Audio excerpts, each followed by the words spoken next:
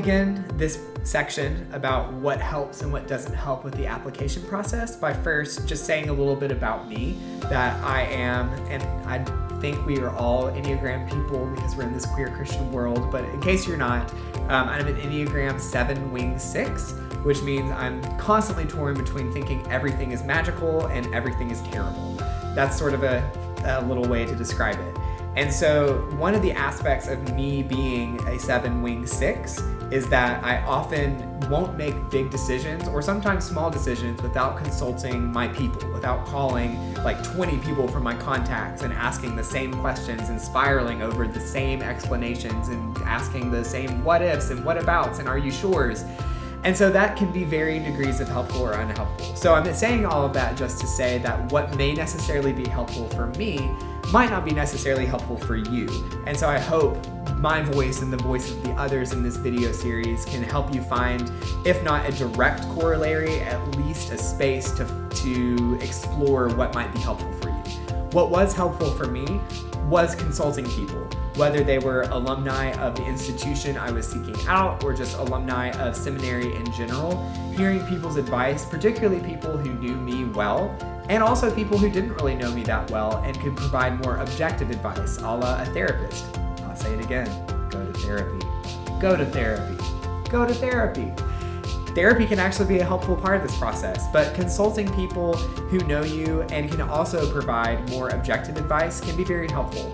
It was actually on Good Friday, as I was driving to a Good Friday service, that I contacted the person who sold my school for me. She graduated from the school. She knows what I need, what my passions are. She's an ally, and so she wasn't telling me anything without knowledge and without intention.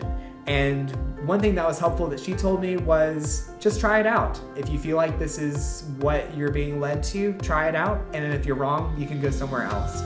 And that was really beautiful and liberating. And that was the final call before I made my decision. And so consulting people. But at the end of the day, it is your decision to make.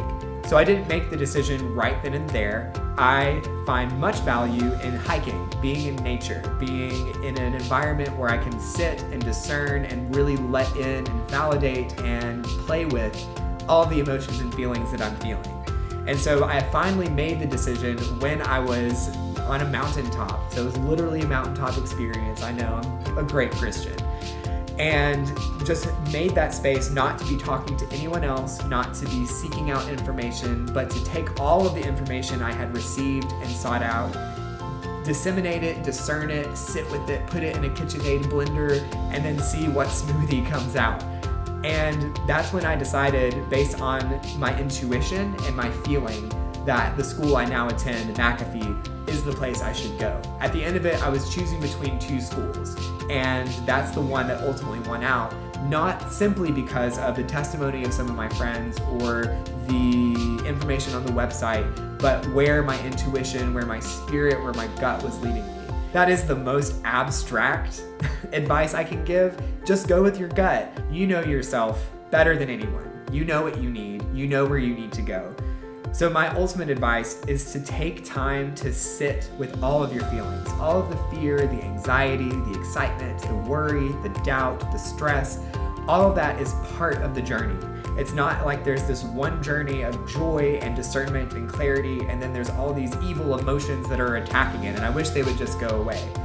All of those emotions are information that are good for you to use, that were good for me to use. And it really did come down to me sitting and just meditating and thinking, where could I see myself going? And where do I feel like I need to go? And we're gonna make it more practical. Sometimes the best answer is the easiest answer. And for me, it was what school is giving me the most money, which so happens to be the school that I felt called to. And I don't see those two things as mutually exclusive. Living in this world as millennials is hard enough, in addition to paying for grad school or paying student loans or whatever it is that we are financially bound by.